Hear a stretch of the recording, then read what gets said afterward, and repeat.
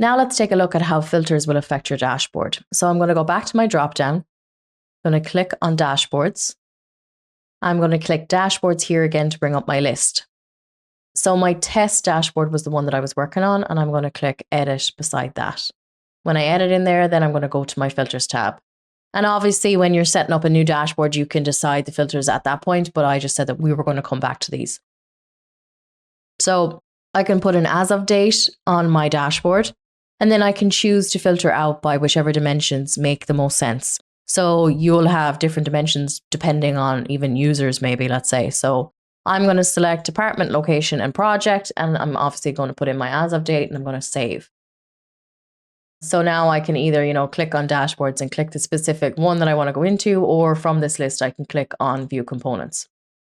So when I get into my dashboard, then you can see that right now it's showing me my 11/22/2024, and it's shown it to me for my Timberline GC entity. So let's say all locations and apply that and see how it changes it. And it has, significantly changed the amounts for my APAR and cash, and even my ratios. So if I go back to 2023, for instance, I'm going to apply that. And my billings by customer has significantly changed. It's not bringing in anything from my P&L. And because this is before I started.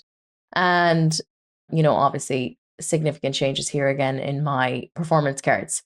So my open bills then, because this is a record, has not been affected by any of those changes that I made to the filters. Records, they are not affected by your filters. So my charts, my performance cards, and my reports are all going to be affected by the filters that I put on a dashboard. So obviously I can look at by department then as well, just specifically for construction operations, how that comes across, and or location or project or whatever dimension you have decided to filter your dashboards by. So yeah, that's just a very brief overview of how filters work. Obviously, you're going to put in the ones that make the most sense for the specific dashboard that you're working on. And then one other thing that I did want to mention before I finish up is in your preferences, if you click on your username in the top right-hand corner and click on my preferences, there is the option down here in display to change the start page that you see when you log into Intacct.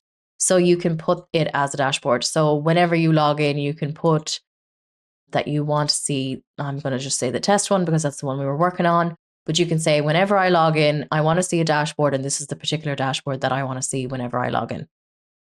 So that's an option. If you do make those changes, you would have to click save. And then, your login page here is going to be that dashboard rather than this Intacct product updates, which you may not want to see. So that is everything that I have for you today on dashboards. I'm sure that that's going to generate a lot of questions, which is totally fine. Obviously, if you do have any questions, pop them in the comments. Anything that you'd like to see added to dashboards, any sort of recommendations that you have, definitely let us know that as well. We're always open to seeing what the customers want and trying to relay that information to Sage.